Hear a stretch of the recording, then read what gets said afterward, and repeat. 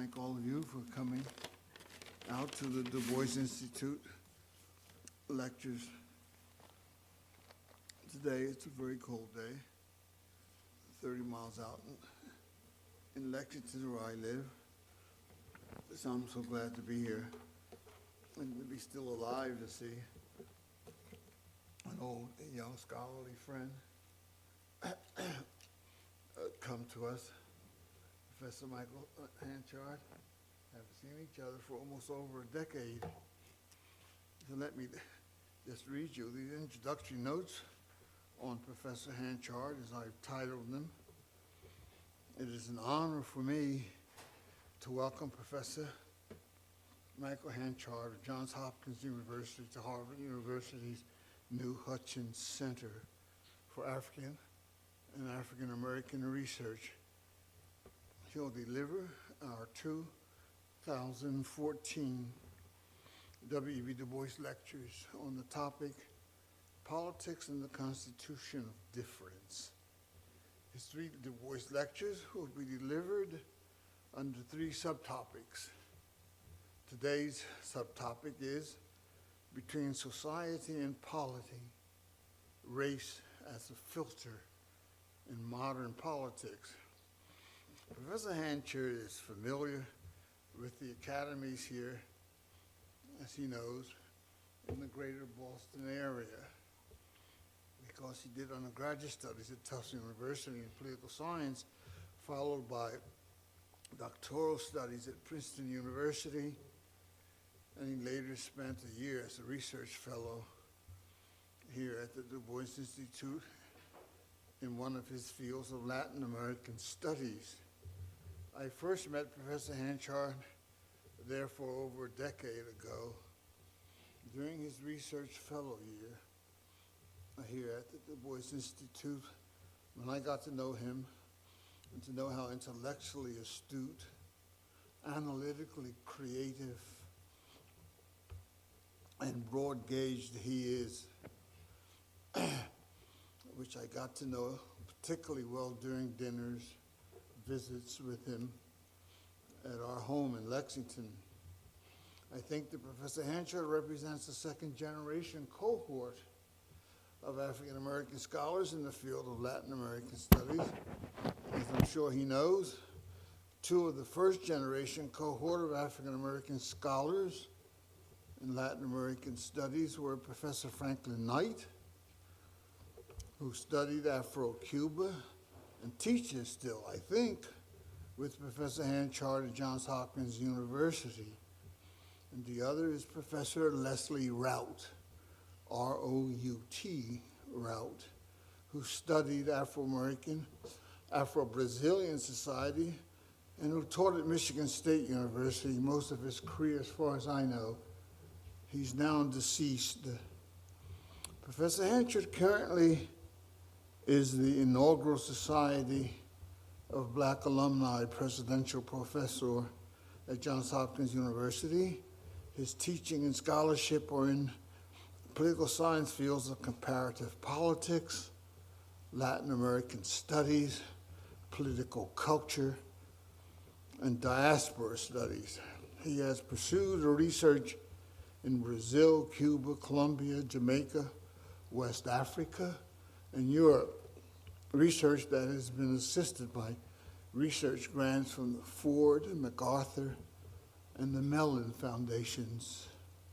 Professor Hanchard's debut published work was a path-breaking study,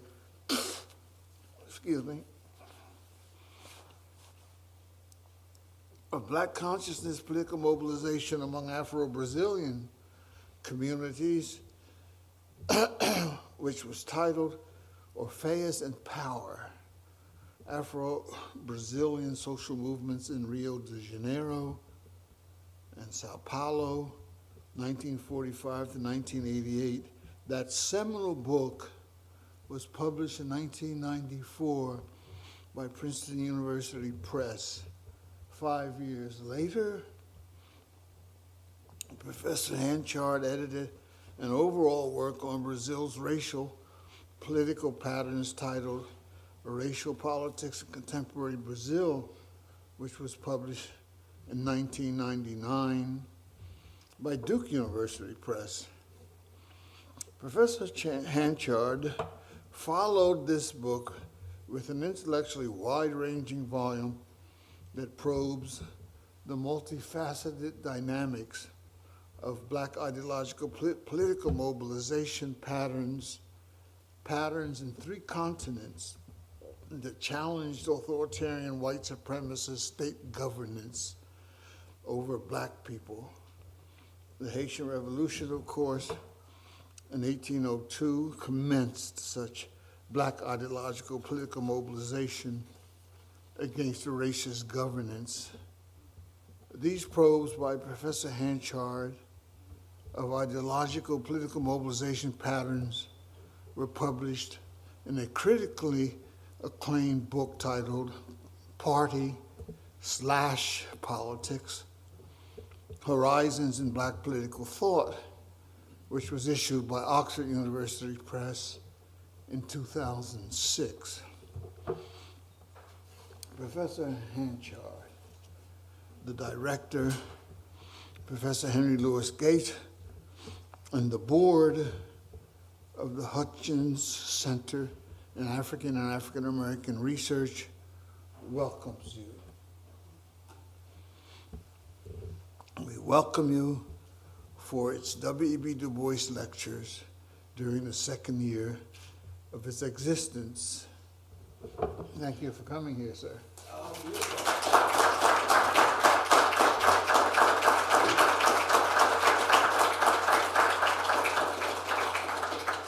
Thank you, Marty. Thank you. Thank you.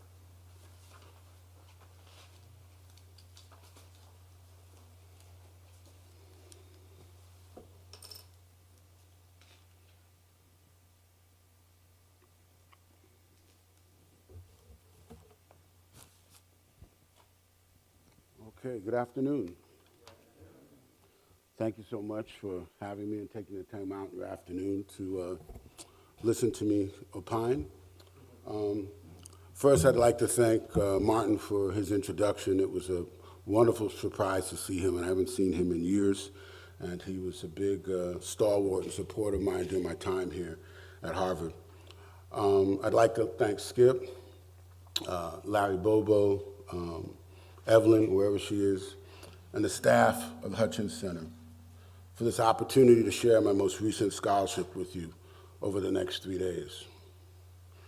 As you all well know, these lectures provide a unique forum for scholars engaged with African American studies to present new work on topics of their choosing, with the intellectual legacy of W.E.B. Du Bois as the backdrop, and with Skip alongside me. Soon after receiving Skip's offer to deliver this year's lectures, however, I had a moment of trepidation. If you're invited to do the Du Bois lectures, you must actually deliver the Du Bois lectures. And among the lists of those who have delivered these lectures are some extraordinary people, Martin Kilson among them, and scholars whose work I greatly admire. So, what would I talk about? I was presented with a deadline and challenge to present new research and make its themes and empirics intelligible to a diverse audience. For most scholars, new projects are in some sense based upon the familiar. Abiding preoccupations and themes of an earlier part of my career have found their way into the book manuscript I'm currently working on. It's entitled The Specter of Race in Comparative Politics. Nationalism, Racism and Social Movements, Afro Modernity, the nexus of racial subjectivity and gender roles, citizenship and sovereignty are some of the broad themes and concepts informing my scholarship, ranging from racial democracy and social movements in Brazil, U.S. African American popular culture, and political and social theory. If there's one question that has motivated much of my scholarship, however, it would be the following. What is racism's relation to politics and the political? What is racism's relation to politics and the political? As a student of comparative politics, I have long believed that the examination of Black politics with the appropriate tools and concepts can enable scholars to answer this question. Over the next 3 days, I'll do my best to provide an answer that will, in the process of telling, I hope, course through scholarly literature across several disciplines and subfields, in keeping with the tradition of African American and Africana studies at its finest, driven by themes, questions, and problems, not disciplinary regulations. I put an emphasis here on theory and concepts in order to remind myself and you, my audience, of their importance in helping explain phenomena in the empirical world. Theory and concepts should not be considered divorced from social and political reality. Rather, theory and concepts can help clarify and illuminate the obscure, emphasize the neglected, and distinguish one phenomena from another.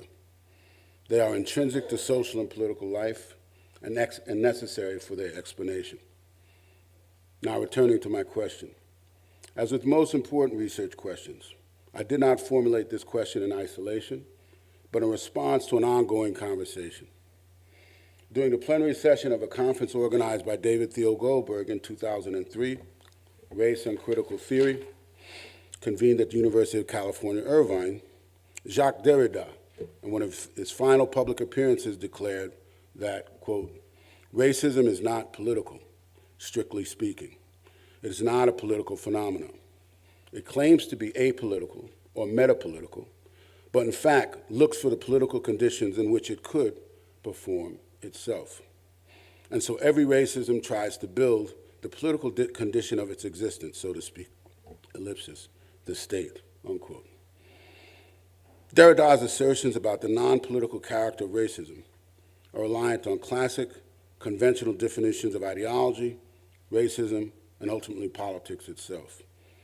In Derrida's understanding, racisms appear as an ideological form only after the declaration of political distinction and conflict. In other words, part and parcel of some broader ideological and practical political vision. In this view, racism remains epiphenomenal, even outside of politics, rather than already being constituted and helping constitute a politics. One of the traces of the Hegelian legacy in Western philosophical discourses is the assumption that the exclusive and most dominant locus of politics is the state. It is the state, according to Hegel, that enables history and the modern. Though shorn of Hegel's conservative, authoritarian leanings, Derrida's account still gives racism's raison d'etre, state power. This understanding of racism's relation to politics, oddly enough, lends a certain agency to racism itself. If racism actually or figuratively looks for political conditions in which it could perform itself, then Derrida's qualified declaration of racism's non-political character poses a bit of a paradox. Racism would at once be an agent of politics and a non-entity in relation to politics. Now, this account made several people at the conference uncomfortable, myself included, because if racism cannot exist without politics, it could not at the same time be non-political. One means of deconstructing Derrida's assertions and presumptions is considering a question neatly formulated by the French scholar Michel Vivorca. Quote, should we see racist doctrine, myth, or ideology as providing a basis for practice, or, on the contrary, as an expression of that practice? At stake here is whether racism should be considered, to use Marxist language, phenomenal or epiphenomenal, base or superstructure, a primary or secondary phenomenon. But what if certain forms of racism already contain the ideological, normative, and even mythic elements of prior political ideologies and formations? And here I'm sort of thinking about someone like Antonio Gramsci's conceptualization of philosophical sediment. What if expressions and manifestations of racism already contained within them a complex assumptions about societies and the political communities within them, ideas about nationality, the common good, and the very construct of a people? If we consider these questions as a real possibility, then we might arrive at a broad and initially abstract research question. As a practice, how does racism move from the non-political to the political? Racism might then become an opportunity to explore conceptualizations of the political as well as forms of politics. Racisms are rarely socially expressions of prejudice based on perceived phenotypic or somatic differences. They are, to use the late great Stuart Hall's phrase, floating signifiers, chains of association which, more often than not, help organize disparate claims, ideas, and forces into narratives that render the implausible plausible, to provide opportunities for people of different class and status and social backgrounds to consider themselves, implicitly or explicitly, members of the same community. In these lectures, I want to emphasize how the race concept has been inextricably linked to the constitution, the political constitution of difference. By properly understanding racism's relation to politics and the political, we might develop a more expansive understanding of politics itself. Racisms, as we've witnessed over the course of the 20th century in various locales, operate not only within the immediate field in which politics is normally assigned, the state and its environs, but in the ideas, norms, and practices of daily life. In order to fully comprehend racism's relation to politics, we must draw a wider field for the analytic and practical terrain of the political. I'd like to suggest here that racism is political, much in the way that various ideological forms, particularly those anchored in state and non-state policies simultaneously, are political. They help condition people and societies to make certain forms of politics, specifically certain conditions and hierarchies, possible. Racist articulations are at once the affirmation and denial of political community. As many scholars of the knowledge clusters of Africana, African American, and African studies know, our scholarly endeavors have a complicated relation to the disciplines of the social sciences and the humanities. These knowledge clusters, as programs, departments, disciplines, have often been treated by institutions and faculty alike as alternatively area studies, ethnic or population studies, whose scholars provide the empirical raw material for analytic sophistication and embellishment in the established disciplines. What I'd like to do today and over the next 2 days is to provide a contrast to this by highlighting the theoretical and conceptual contributions of scholars and artists whose work has formed much of the foundation to what I've referred to in an article in Political Theory a few years ago as Black political thought, conceptualizations and theorizations about politics. If we start with the premise that Black political thought has often been occasioned by a desire to comprehend the consequences of race and racism for the political economy, norms, and institutional practices of Western modernities, then Black political thought could be understood as a prism through which students of politics could view the vagaries, traumas, and aspirations of the modern world. W.E.B. Du Bois, along with C.L.R. James, Ousmane Sembène, Ida B. Wells, and Aimé Césaire, to give just 5 examples, understood the practice of racism as a complex of politically constituted relationships involving states, peoples, national, and global economies. Today, I'll be focusing on the ordering concepts and theoretical presuppositions important for comprehending the relationship between forms of racism and forms of politics. In emphasizing theory and concepts, however, I want to forewarn my audience. This will be the densest talk of the 3, I must confess, because it's my expectation that my ordering concepts and theoretical presuppositions will guide these listeners through the next 2 talks. What I'm asking of you today is to listen for my ordering concepts, and they are as follows: polity, society, the state, difference, citizenship, and the body politic, so that by Thursday, you can readily grasp my emphasis on theory and concepts to understand Black politics on its own terms, but also in relation to prior and extant understandings of politics more generally. Hopefully, by the end of my talks, you will concur with me that the past, present, and future is unintelligible without interpretation, without evaluative judgments and epistemological considerations of how and why people have desired to become nationalists and Pan-Africanists, race women and race men in various parts of the world. I provided this long prologue so that together we might begin by revisiting scholarship that many of you in this audience have either read, taught, or written about, and a reading strategy, a mode of interpretation that privileges conceptual and theoretical moorings, so that we might appreciate the broader, more abstract contributions of Black political thought to our understanding of modern politics. I shall begin, appropriately enough, with a quote from one of my favorite works of Du Bois, Black Reconstruction. Okay, I'll read this. The true significance of slavery in the United States to the whole social development of America lay in the ultimate relation of slaves to democracy. Was the rule of the mass of Americans to be unlimited, and the right to rule extended to all men, regardless of race and color? Or if not, what power of dictatorship would rule, and how would property and privilege be protected? This was the great and primary question. It still remains with the world as the problem of democracy expands and touches all races and nations.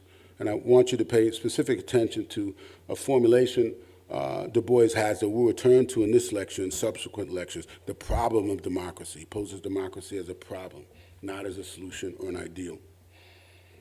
Du Bois's account in Black Reconstruction of the U.S. South, immediately after the Civil War, allows us to think abstractly, beyond the immediacy and urgency of this historical moment, about state power. The violent Southern reaction to Reconstruction entailed no less than a reversal of the role that the U.S. state had played in securing Black rights. In ceasing to use the state's power of coercion, administration, and bureaucracy to protect the rights of Blacks, the U.S. government was not only abandoning its commitment to secure advances in racial democracy made under Reconstruction, the government was in effect abandoning its own constitutional commitments to uphold national law in the South as well as the North. By engaging in this inductive mode of cross-spatial and cross-temporal comparison, Du Bois's questions are emblematic of the contributions made by scholars in African American, Africana, and African studies to scholarship well beyond their disciplinary and programmatic confines. There are three broadly framed questions that Du Bois sought to answer in Black Reconstruction that are as relevant today as when they were first composed.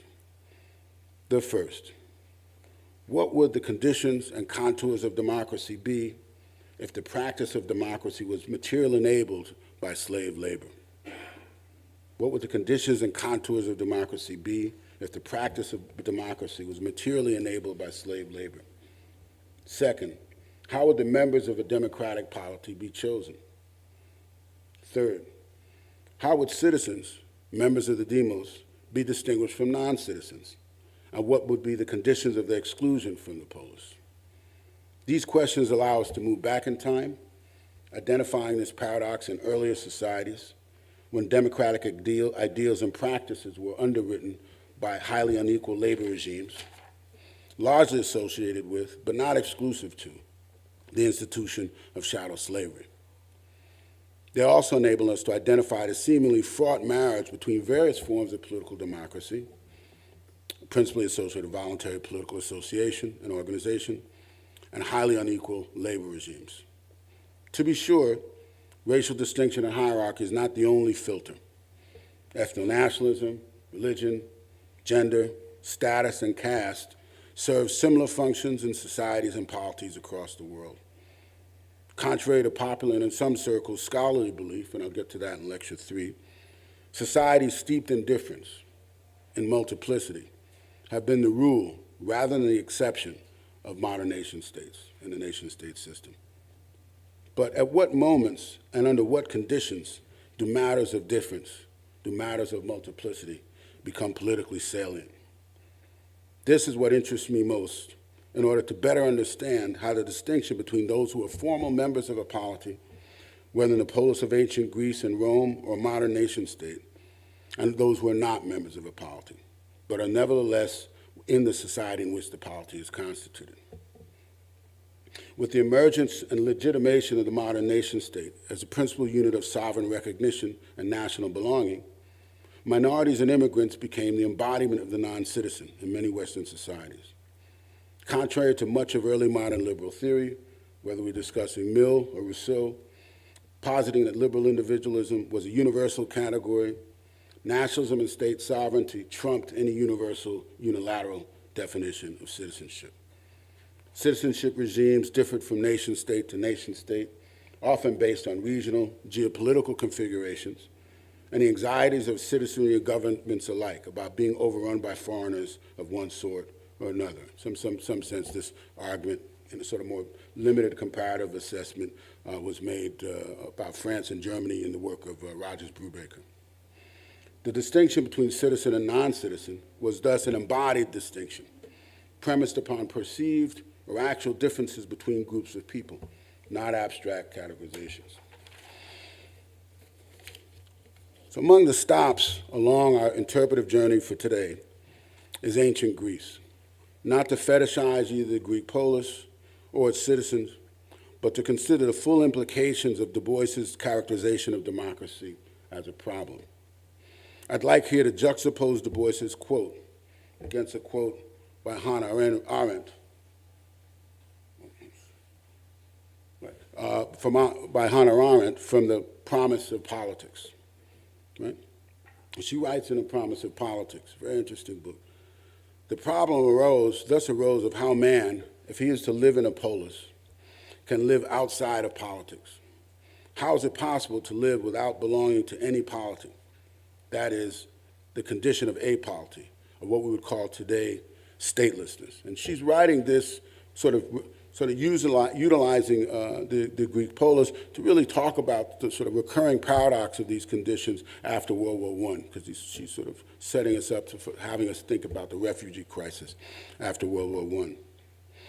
Arendt's description of the condition of apolity, or statelessness in ancient Greece, reminds us that modern and contemporary paradoxes of statelessness have their origin not in a particular case or example, but in a more fundamental understanding of how states come to forge distinctions between citizens and non-citizens, which population belong to a particular territory and polis, and which population belong to another, or to none at all. Apolity extends this distinction even further by identifying those who do not belong to any territorial polis. In this sense, Arendt's description suggests that both city-states and nation-states share political and administrative challenges in distinguishing between those who do belong to a particular political community and those who do not, between those who have legal residence in a particular territory and those who do not.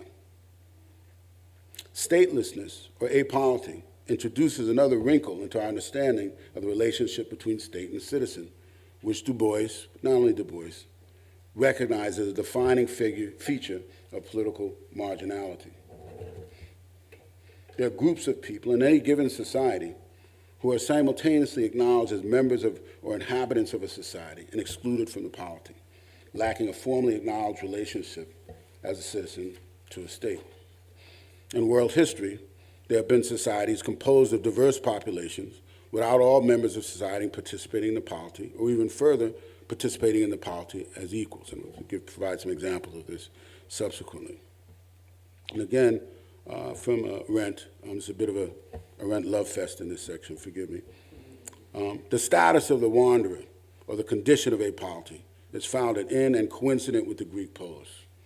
Quote, to the Greek way of thinking, freedom is rooted in place, bound to one spot and limited in its dimensions, and the limits of freedom space were congruent with the walls of the city.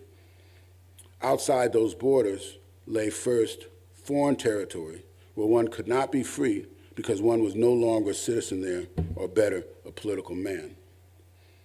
Now here, Arendt encapsulates the ordering concepts fundamental to our understanding of our city-state and subsequently nation-state citizen as a series of relations between material and political space, territory, polity, native, foreigner, rights and non-rights, recognition and non-recognition.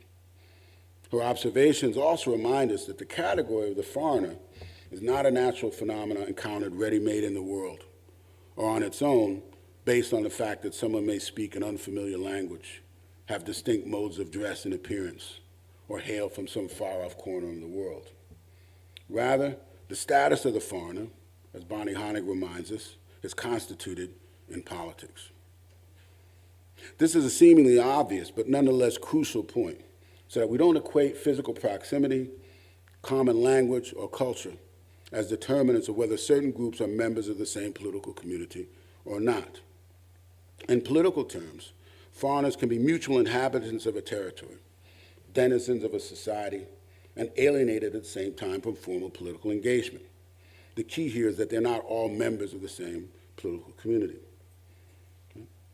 We could thus interpret the status of African-descended subjects in the slaveholding societies of the New World, the colonies of Africa and the Caribbean, and in many European countries well until the second half of the 20th century as foreigners in relation to the polities of the societies they inhabited.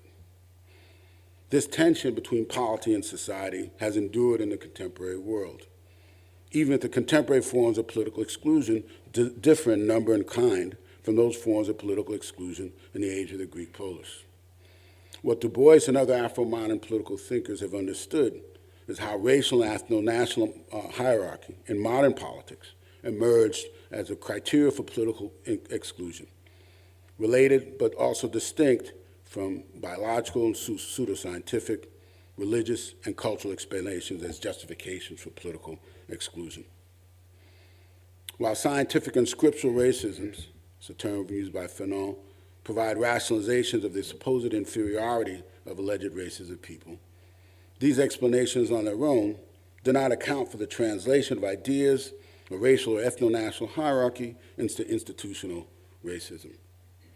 At the nexus of race and state, racial hierarchy requires administration to limit, to ensure that those classified as inferior are excluded from political and economic participation in the spheres reserved for members of dominant groups. The histories of exclusion of black political actors and communities from the formal spheres of political disputation and Western polities require us to re-examine the analytic distinction between the political and the social. Slave rebellions, marronage, civil disobedience, and a range of other practices associated with struggles for black freedom, and not just in the US, were first generated in spheres considered social or non-political. Exclusion from the polis and polity led black political actors in several slaveholding societies to pursue politics in the political in spaces deemed apolitical or non-political. In the 20th century, some of those prominent black political actors across the Caribbean, Africa, and the Americas rarely held public office or positions of state, or did so only after years of struggle. Malcolm X, Martin Luther King, Ella Baker, Fannie Lou Hamer, or Marvel Cook in the United States, Lélia Gonzalez or Teresa Santos in Brazil, or Walter Rodney in Guyana. Forms of civil disobedience and social protest were often undertaken not in parliament, congressional, or other arenas for formal disputation, but in places designed for leisure and other forms of public consumption. Lunchroom citizens, for example, brought together members of state-recognized political communities with members of political communities not sanctioned by the state, civil rights activists. Those lunch counters, and for Brazil and South Africa, the streets of Sao Paulo and Sharpeville, became sites for disputation over the right to consume in public spaces. Yet neither lunch counters nor the retail stores which housed them were intended for political disputation. And just as an aside, I'll talk about this in the Q&A, but I think the exchange between Ralph Ellison and Hannah Arendt is very useful here, because I think Ellison, rightly chastises her, for misreading, but part of her reading of Little Rock is based upon this analytic distinction between the political and the social, which, if we understand black histories of black politics, don't really apply. What these and many other examples of activism and reflection reveal is the manner in which marginalized subjects have historically been excluded from the body politic. Martin Delany, the polymath, who is often referred to as the founder of black nationalism in the United States, discerned a larger implication of the secondary citizenship status for free blacks, particularly in the enactment of the Fugitive Slave Act. For Delany and other anti-slavery advocates, the Fugitive Slave Act not only compromised slave emancipation, but effectively nullified the unilateral application of the U.S. Constitution. For Delaney, this was proof of the colored people's exclusion from the political body of the nation. Right? And here's what he writes, and the sort of language I think is quite appropriate given my discussion here. To imagine ourselves to be included in the body politic, except by express legislation, is at war with common sense and contrary to fact. Legislation, the laws of the country, and the exercise of rights by the people all prove to the contrary. We are politically not of them, but aliens to the laws and political privileges of the country. We're not of them, but aliens to the laws and political privileges of the country. Delaney's commentary provides elaboration for one of the key concepts and themes raised earlier, the body politic, and relatedly, the alien, another way of describing the foreigner. What racial and immigration regimes have historically shared are commitments to limiting access to the body politic, movement and circulation in parts of society inhabited by members of a politically empowered and thus privileged group. In the case of the United States, its racial regimes are evidenced in the formulation and application of de jure practices designed to limit participation of blacks and certain immigrants from the polity, and denying protections under federal or state law that guaranteed equal rights. In the more classic use of the term, alienation connotes the rupturing of a relationship between a human being and a specific territory, right, or property. Marx and Freud's conceptualization of alienation, respectively, emphasizes material and psychological effects. The form of alienation emphasized by Delaney, however, is political, vis to polity, and leads to some of the following questions. We can think about trying to sort of trace out in part Delaney's own understanding of politics and the need for nationalism. Right? Should those excluded from the polity continue to seek admission into the political community that excludes them, or shall they seek territory and modes of administration that would enable them to constitute a nation state and body politic of their own? Delaney had two responses to these questions, although students and scholars of black nationalism tend to focus on one, his advocacy of a return to Africa. We know from his writings that Delaney actually considered several locales as possible sites for black settlement, including several in the Americas, as an outlet and escape from the restrictions and privations imposed upon blacks in the United States. If U.S. African Americans were never to become members of the body politic, then it would be best for them to secure a territory somewhere that would enable them to create a society and nation state of their own. When we think about and we do a review, however, of the constitutions and amendments of independent nation states of the Americas across the 19th century, Gran Colombia, Brazil, Argentina, Paraguay, Peru, Cuba, reveal that limits upon political participation of blacks and indigenous people was not restricted to the United States. Pan-American nationalists, would-be nationalists, and statesmen ranging from Jose Marti in Cuba, Domingo Sarmiento of Argentina, Mariátegui in Peru, Jose Vasconcelos in Mexico, Simón Bolívar in Gran Colombia, alternated between enthusiasm, reservations, and doubts about the prospect of former slaves, mulattoes, and zambos participating in the polities of their independent nation states. What Benedict Anderson famously referred to as Creole pioneers, those descendants or continentally born European elites living in the New World, had no interest in either allowing their former slaves and conquered subjects to participate in politics alongside them, and in most cases did not have much use for them outside of the realm of manual labor.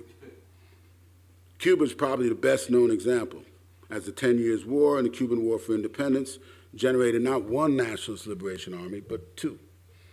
One for the criollos and one for the common folk, the mixture of mulattoes, poor whites, and negros, who overwhelmingly constituted Cuban society on one side, and the Creole pioneers who wanted independence and freedom for themselves, but not those who labored for them on the other.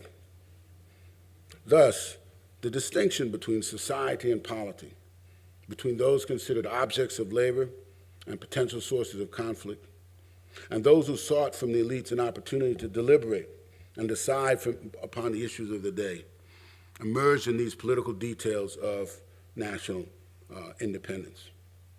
The only nation state to resolve this issue through in some sense, a resolution of slavery and colonial domination in a single nationalist movement was Saint-Domingue, later Haiti, who would pay a heavy price for their rebellion and revolution.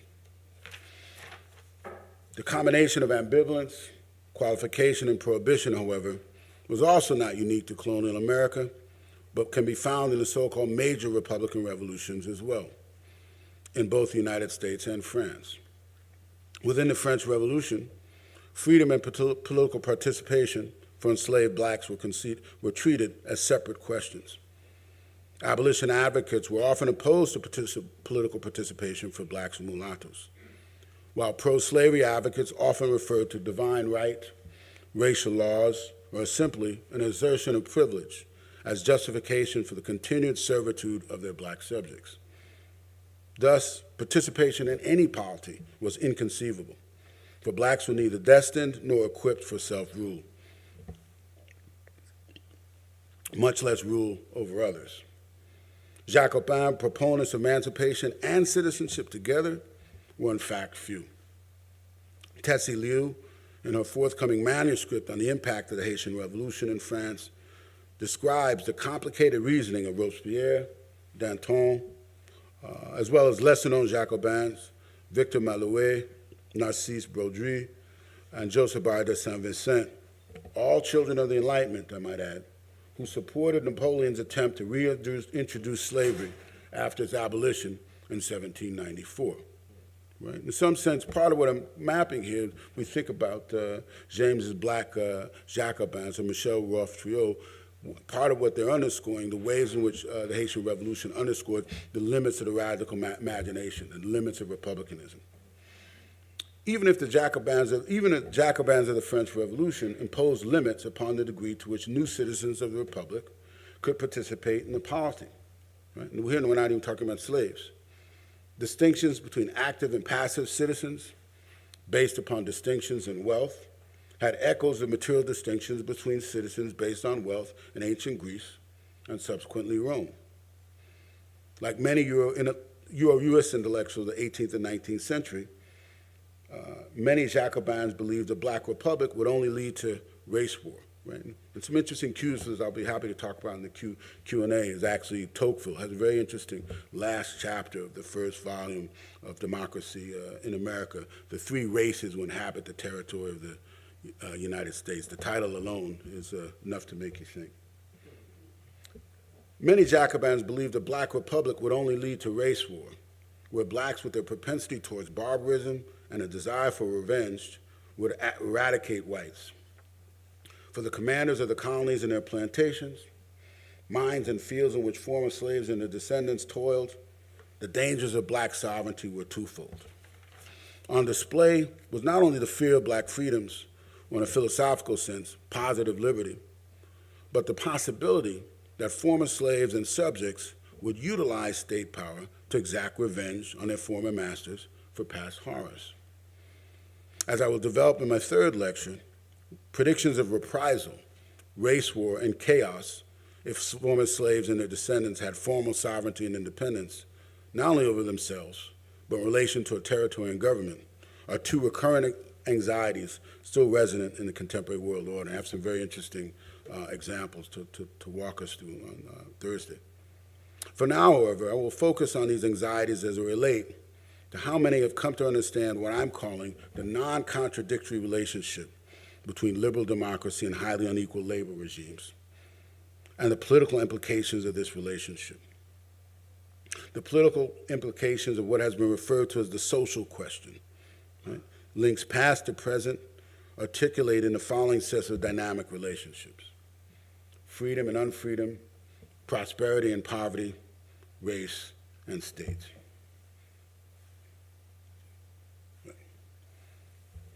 Arendt again highlights how the architects of the political revolutions in France and the United States, much like their counterparts in ancient Greece, largely overlooked what she referred to and others would refer to as the social question.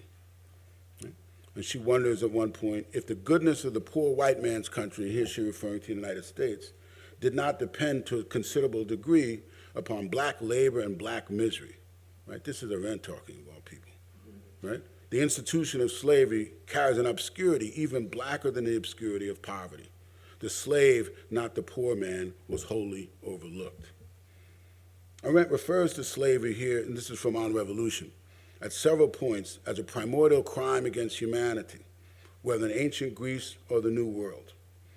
Comparing the US and European revolutions, she concludes that slavery, quote, was no more part of the social question for Europeans than it was for Americans, so that the social question, whether genuinely absent or only hidden in darkness, was non-existent for all practical purposes.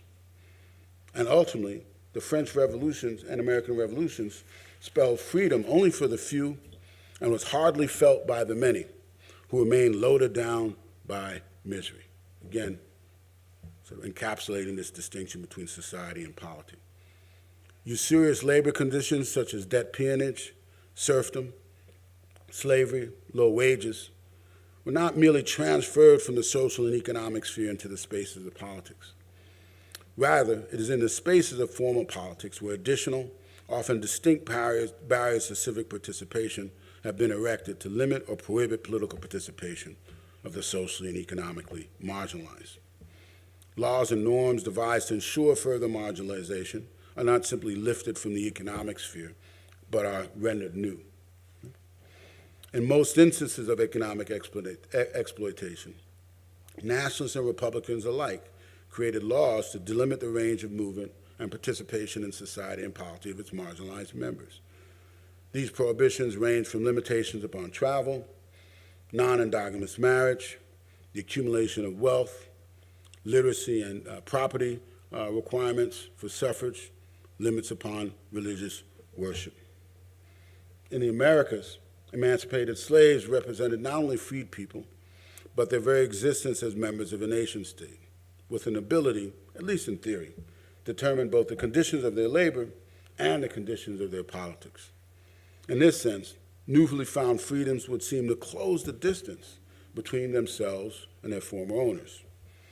But if black bodies were no longer associated with slavery and servitude, how would they be distinguished from their former masters? Skin color would no longer serve as an obvious mark of inferiority, exclusion, and apolity. What would blackness mean in an era of formal political freedoms for former slaves? Faced with this possibility, elites created novel criteria for political exclusion to ensure that former slaves did not wield the same political rights as their former owners.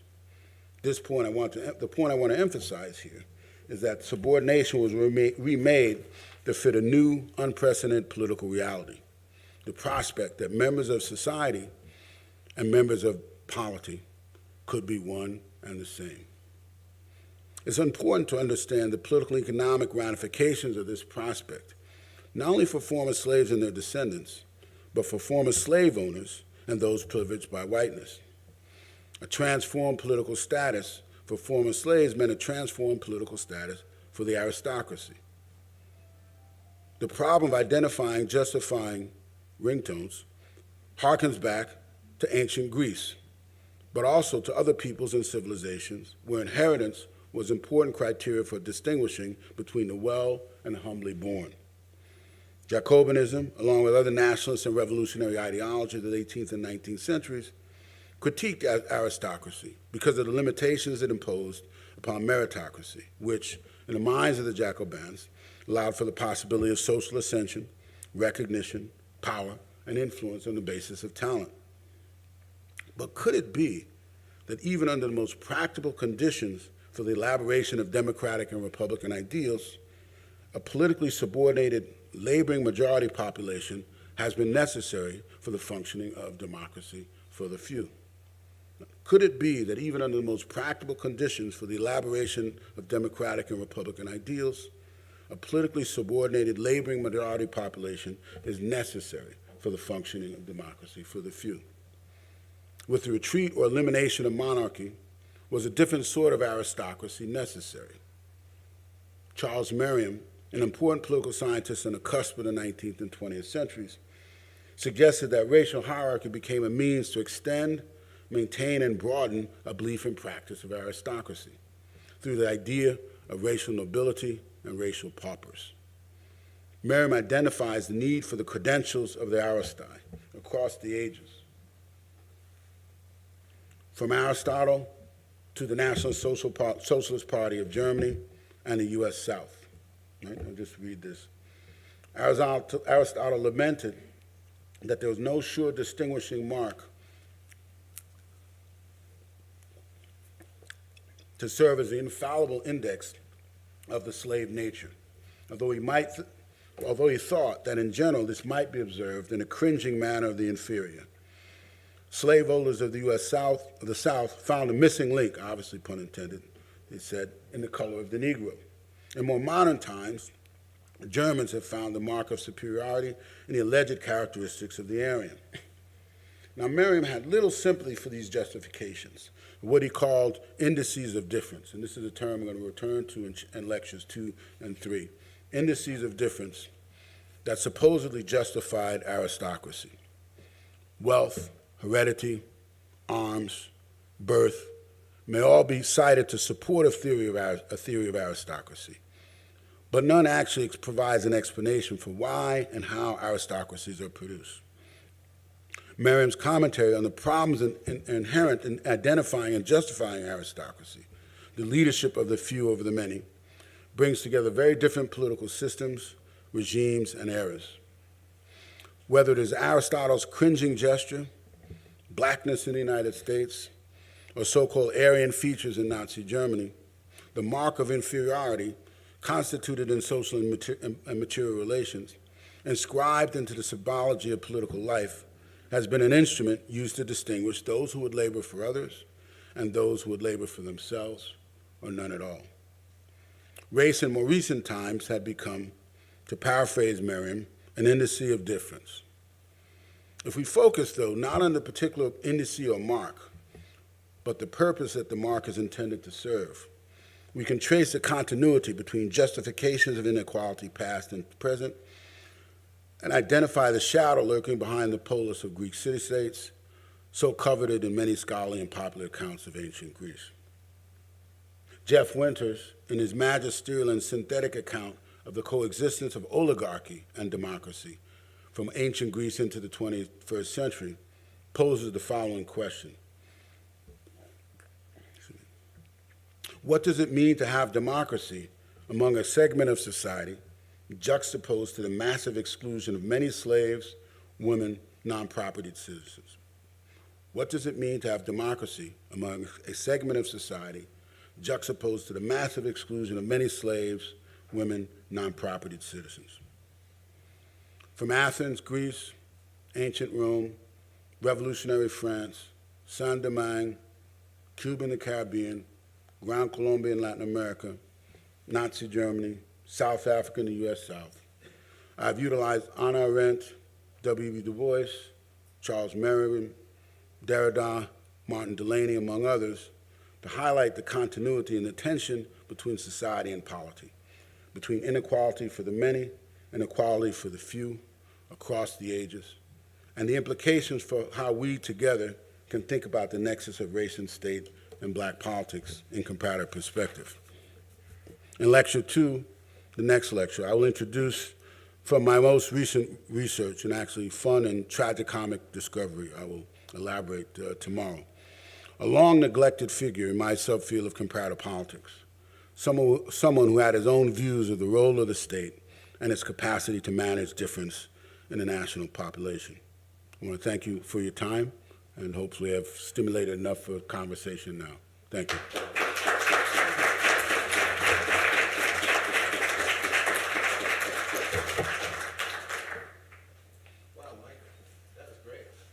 That's fantastic. Marty, did you want to say something? No, I just want to thank, Go ahead. I'm so crippled, sorry to be crippled, but I am. I just want to thank Mr. Hanchard for opening up a very broad engaging way of talking about the dialectic between race and political sociology in the making of modern nation-state political processes. And it's very daring what you're trying to do. I hope you can pull it off. but thanks for introducing it to us.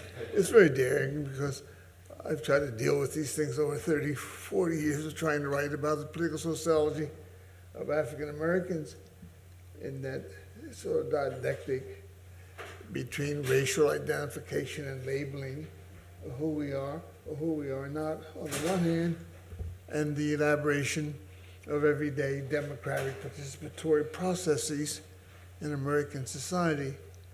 It's not easy to disentangle and then to sort of re-collaborate what you're about. Thanks for doing it for us, Professor Hanchard. Thanks a lot. Let people participate as they will. Professor Kilson, would you like to ask the first question? Yeah, one question I think thought you might. It's terribly important, of course, is that strange sort of disjuncture in the development and the formulation of American democracy after the Revolution, following the 1782 Constitutional Convention, where the dominant group will pretend to be at a very high level of braggadocio, the sort of city on the hill within the nation-state democracies in Western Europe. At the same time, of course, the production process, the wealth process, the creation of capital accumulation undergirding of American democracy is based fully and solely, and of course brutally, on forced labor. That disjuncture, that very dishonest, contradictory dialectic was never challenged in the historical and political discourse of American society until, of course, the awful Civil War, which, of course, broke the system down on the basis of the death of 700,000 American souls. It's a hell of a way to arrive at what we call now the Democratic American Republic in the 19th century. So we're a complex example of the dialectic of the interplay between race, society, and polity that Professor Hanchard is trying to delineate for us. And we will probably never have a satisfactory understanding of the American case example of these processes. Thanks for opening up for us, Professor Hanchard. Let others let us know what's running around their heads. Good. I have a question. On these matters. Michael, you want to take the Professor microphone? Gates.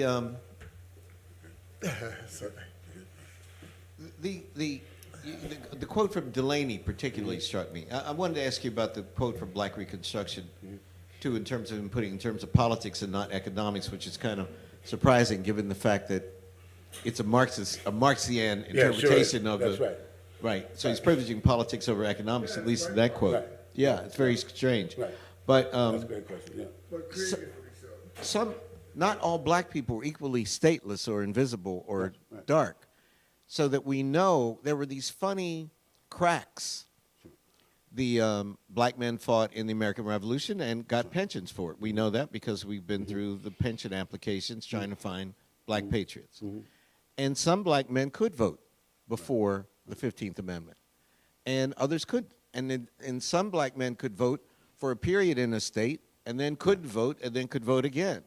Or in New York State, I think they could vote and then there was a property restriction put on them and then they couldn't vote. Right. So how do you explain these fissures or cracks? We all tend to generalize sure. about the statelessness or whatever, however you want to put it, of the Negro, but it wasn't always, to quote Derrida, always already true. Yeah, That's right. That's right. And then, it's not really relevant, but I wonder if you do a little riff on the statelessness of the Haitians in Santo Domingo, in the Dominican Republic. But just go back to these these funny contradictions.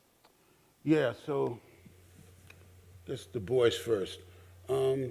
Yeah, you're right, and I think that, and I'm glad you actually raised this question because I wrote the note to myself and for the Q&A, that part of what I'm doing is trying to do a sort of macro political historical framing that with broad strokes you tend to miss certain kinds of details. And what I'm trying to sort of draw is a sort of portrait of what becomes structural rather than idiosyncratic, right? So what happens on sort of micro-political or local terms doesn't necessarily contradict the sort of larger set of dynamics and exclusions that are going on.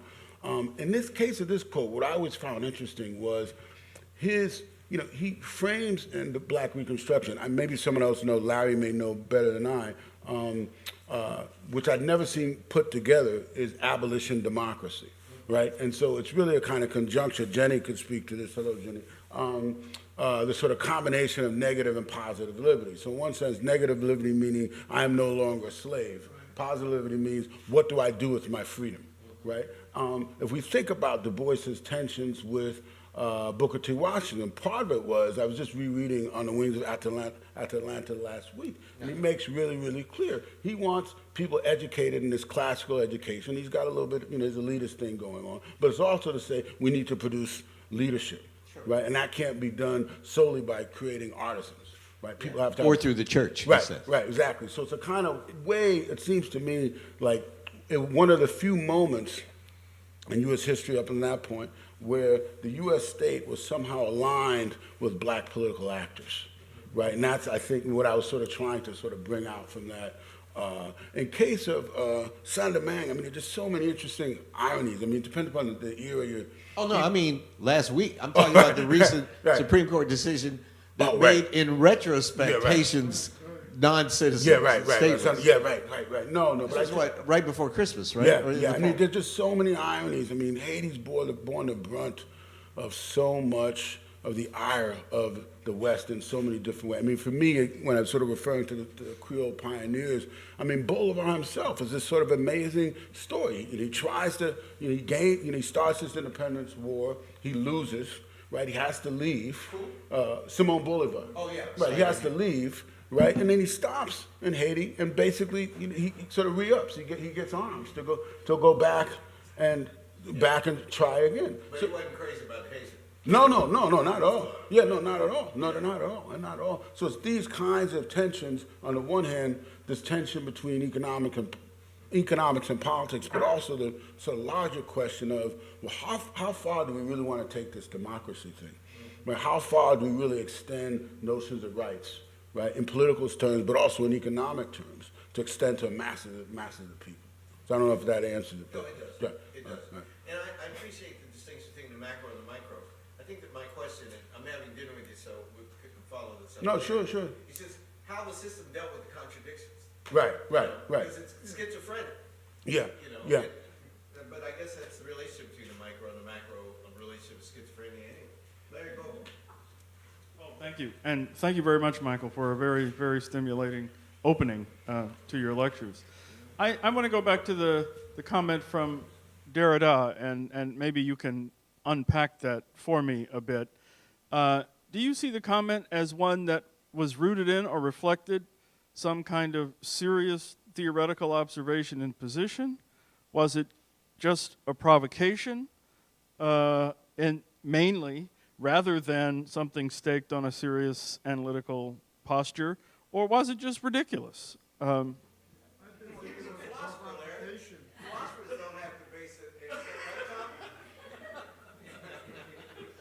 Tommy might have something to say about that.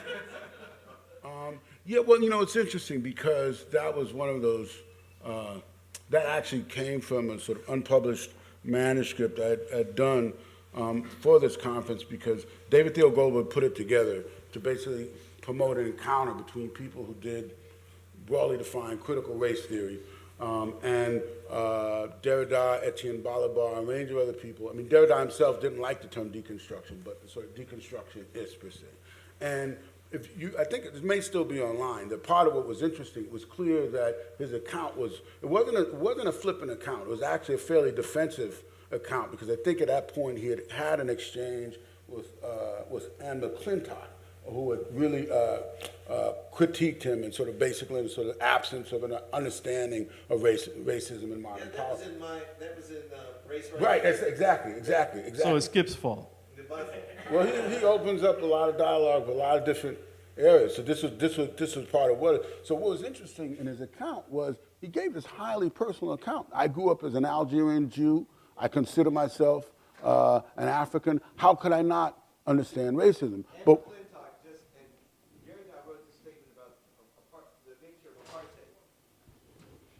it was called the apartheid, the last word in racism. That's right. And Anne McClintock, who's a white South African, wrote and said, "You don't know shit about apartheid or South Africa or history." And this was Derrida's response. End of. I'm just glossing it for you. Yeah. No, I'm glad for that contextualization. No, I'm glad for that contextualization. Yeah, so I think it was measured. It also came off as being slightly defensive. And what I ended up doing, it got me so combination of sort of rage, excited. I sort of ditched my paper. I spent most of the night writing a response, and that's what I presented as my paper. So that's what it came in part from that discussion.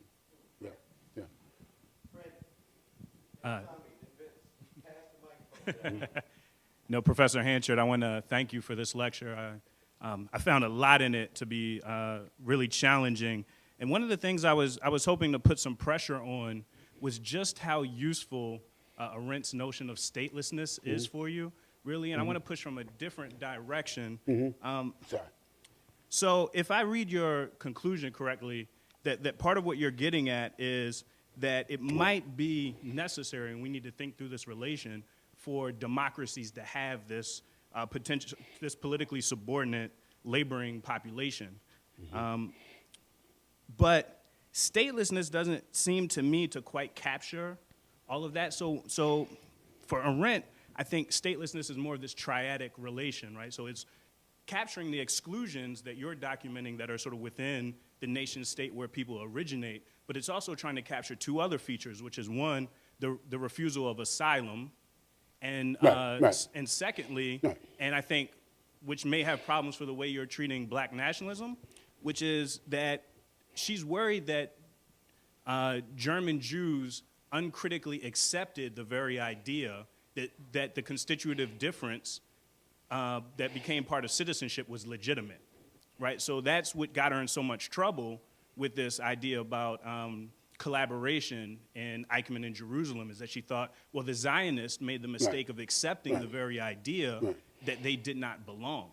And so I was wondering if you thought that would have implications. I'd always thought it was a telling critique of Garveyism in particular, but also sort of perhaps Delaney. So I was wondering, number one, what you thought about that, and then also how you would treat the fact that statelessness, again, for the case of Jews in Nazi Germany, is about being able to move them around and then commit the Holocaust. So most of the Holocaust doesn't happen in Germany proper. It's about this ability to move people and slaughter them where they may, because there's no one who places claim on them and recognizes their right to have rights.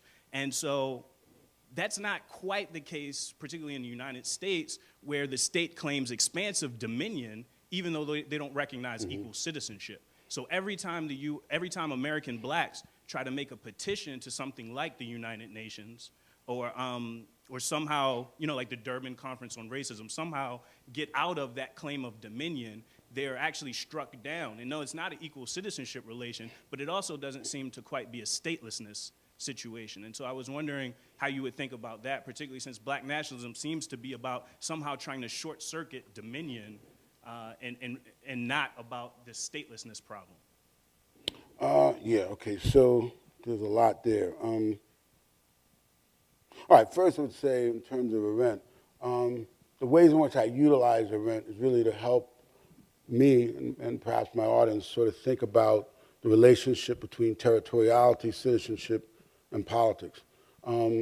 Less so about black politics per se.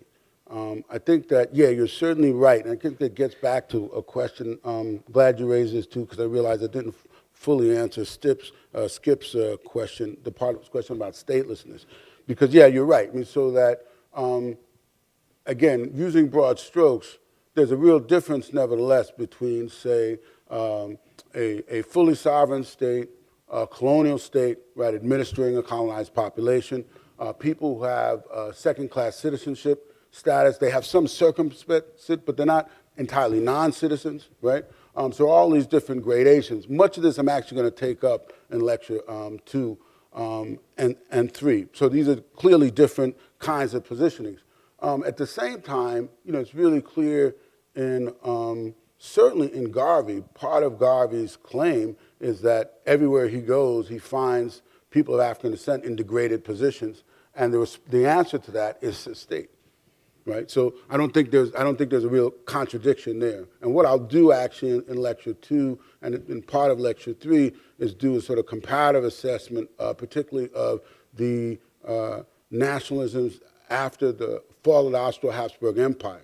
And black nationalisms, because a lot of parallels, and in fact, particularly by the time we get to the Second International, people are referring to those nationalisms after the fall of the Habsburg Empire, what Engels referred to as the non-historical nations, right, as a kind of reference point for thinking about black nationalism. And state power is prominent. Otherwise, why be a nationalist?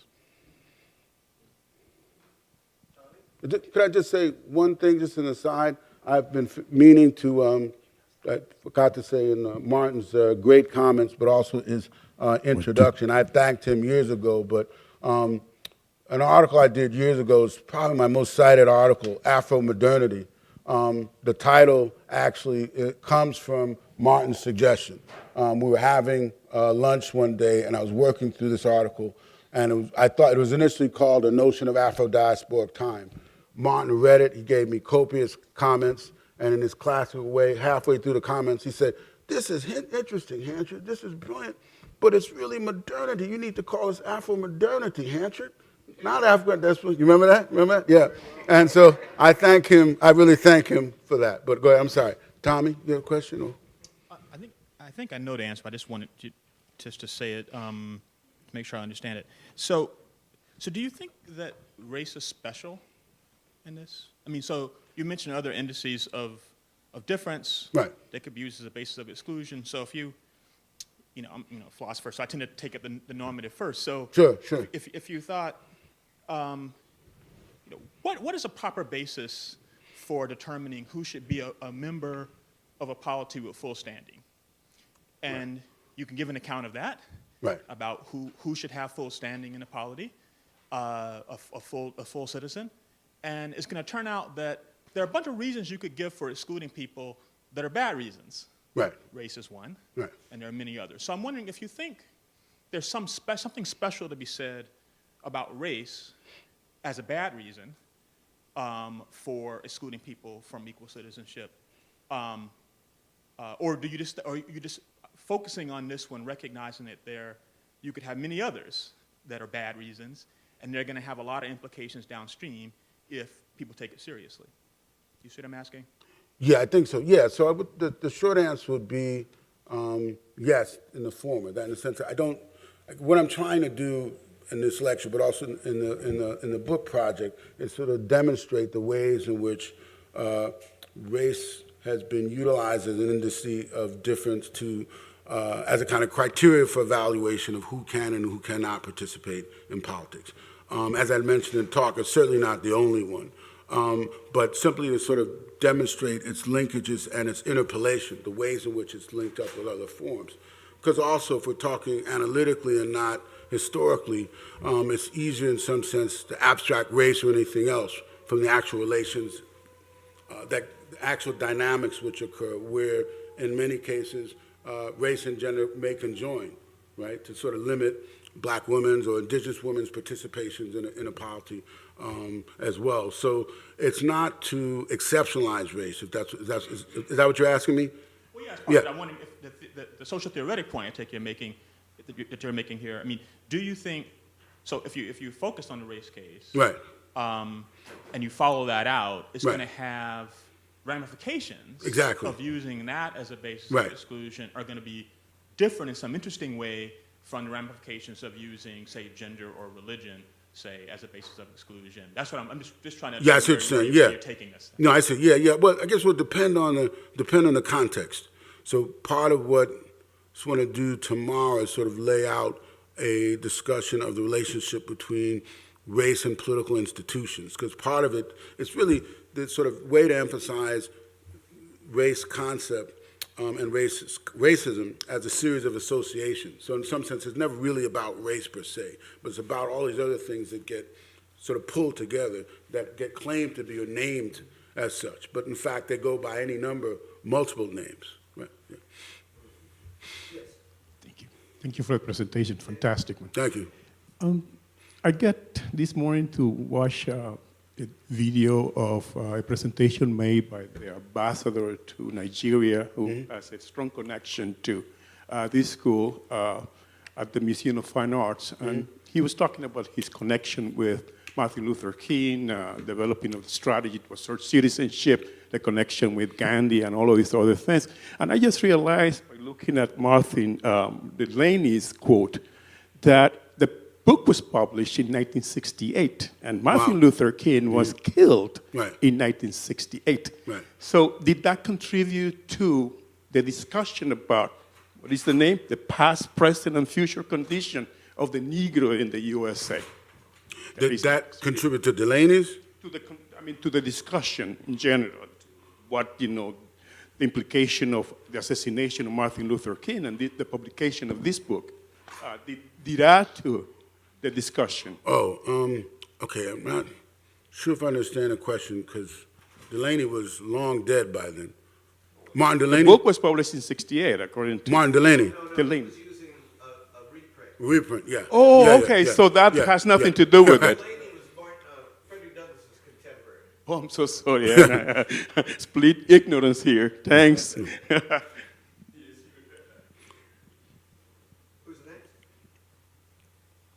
Professor Manley? How are you, Jenny? Nice to see you. Really interesting. I'm unfortunately not going to be able to make the other two lectures, and so maybe this is an inappropriate question that jumps too far ahead. But as you talk about the relationship between the social and the political, the society and the polity, I kept thinking of your early work on Brazil and the way that the interactions between the social and political in Brazil were so different but the same as in the United States. And I don't want to necessarily ask you to jump too far ahead in your lecture, but I wonder if you could put some flesh on the bones of that abstract issue by bringing in Brazil as an example, possibly. Yeah. Did you have that in mind in the back of your head Well, as you I actually worked that provided through? some examples in this lecture about the Americas, and some of that is sort of informed by my work for the panels and writings for the Black Political Thought Project to sort of illustrate the ways in which this larger tension between society and polity. So, it seems to me at root, like independently of the empirics, the question becomes, how do people who were not designed or privileged enough to participate formally in the polity, how did they create politics?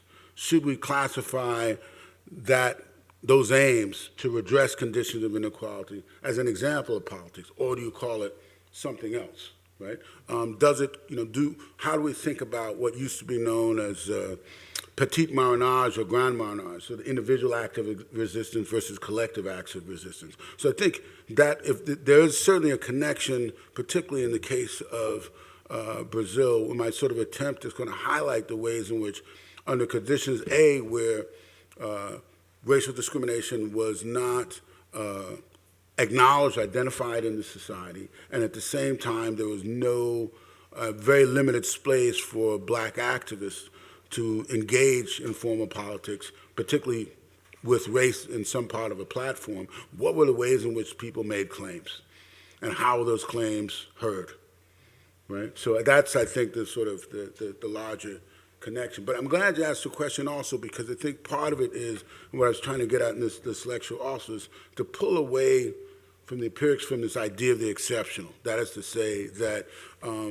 either one country or one people, there's a set of characteristics that don't allow, or we should not dare to try to compare things. And that was in part what got me in trouble with Brazil, to say, look, you can actually sort of think more broadly of these practices of exclusion. Alex, did you have a question? Sure.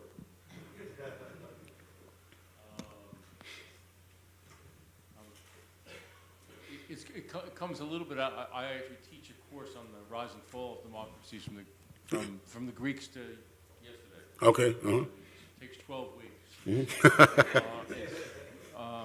And we actually, and part of what we talk about, of course, are a number of the themes that you're stating. But at one point you were suggesting something about the logic of democracy demanding exclusions. And Right. I guess the question I want to raise is logic of democracy demanding exclusions or logic of capitalism demanding exclusions.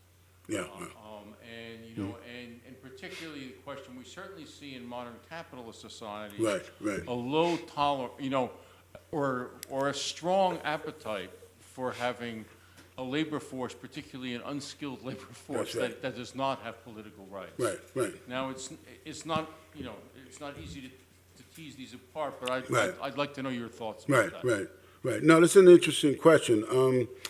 So I guess the question I would pose for you, I mean, for my own edification, is do you think that the presence, at least from my reading, because I'm actually just getting into these materials for the book, that that the Greek city-states, about 40% the population were slaves, correct? Yeah, Right, roughly. or higher. Right, or higher, right? And these were societies that we wouldn't characterize as capitalist, right? So I guess the question for me would be, what is it about that tension or dynamic that's peculiar to capitalism, or it's peculiar to slavery's relation to democracy? Right? I don't, off the top of my head, know the answer to the question, but it's interesting because I think one of the things that it does get at is there are ways and ways, kind of certain kinds of accounts, which I find ultimately reductionist, but that sort of attribute all these ills to capitalism. And capitalism has generated a lot of ills, but there have been other systems, other institutions, other economic processes that have also generated their own kinds of inequalities. And I agree with you that the Greek case looms as something which really has to be explained if you're going to put it on capitalism. Right. Tommy Shelley had an intervention. Well, I just want to follow up, just to rephrase the question in a more general way. I mean, if you might think the connection is between. I'm sorry, what's the first part you said, Tom? It's going to follow up on the question you were asking about. He put it in terms of capitalism, but you could just put it in terms of labor exploitation. So you could just think, Right. and that includes slavery and serfdom and colonialism and many other things. But you might think that if you're going to have a society that's structured around exploiting the labor of a mass of the people in the society, then there's going to be these kinds of exclusions. But that doesn't necessarily seem. This point, but it doesn't seem like something that's demanded by democracy. It seems like something that's demanded by a certain way of reproducing the material conditions of life, to put it in an old-fashioned way. That's right. Through the exploitation of the majority. Right. And I took that to be the force of the question. I just wondered if you would accept that as That I accept. that framing of it. I mean, So labor exploitation. You were making it sound as if we hearing you right, is if something in the logic of democratic polities that require this kind of exclusion, and maybe you don't want to be saying that, but it sounded as if you were. That's what I want to say. Or at least right. Yeah, and so the challenge, I take it, is to say, well, it seems like it's consistent with everything you just said. Right. To deny that and to rather say, any society that's structured around the material exploitation of a significant number of its members is going to have, and it doesn't have to be capitalism, it could be. But done that right, exactly. No, exactly. It's going to have. Right. In terms of the structure of exploitation. Yeah, but it doesn't necessarily seem built into democratic policies. It seems to be built into a certain way of structuring our economic life, namely through exploitation. That just seems like it's consistent with everything you just said, but it doesn't have the implication that it's somehow built into the logic of And that goes back to the Du Bois quote, which is a funny thing, because he could have said economics, but he didn't. He put it in terms of democracy. Yeah. I guess for me the question then would be though, how do we disentangle this relationship between labor exploitation, that you frame it, and the practice of democracy, when the labor expectation was, in some sense, and I could be wrong about this, but the sort of prerequisite to enable the citizens of the polis to participate, right? So in some sense, it's not external to, right, democratic practice, but in some sense undergirding it, right? But I think, if I understand your question, I think part of what I'm trying to frame, and I did this by the end of the lecture, is sort of to write about this non-contradictory relationship, right, between democracy and highly unequal labor regimes. And I did that for a reason, because in part, these two things often get talked about as if they're contradictions, right, as opposed to being understood as part of a sort of larger system. So the question is, what happens now, say, late 20th century, early 21st century, where you have people in different parts of the world who will say, you know, I'm a member of this society, so I should have democratic rights. My ability to participate in the polity shouldn't be premised upon my material subordination. Right? Or if I'm even subordinated materially, that shouldn't mean that I'm subordinated politically.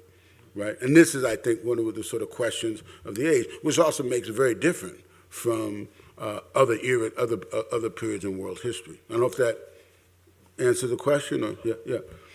Well, Michael, you said that when you got the invitation to deliver, voice lecture, you have to deliver what you've delivered, my brother. Thank you so much.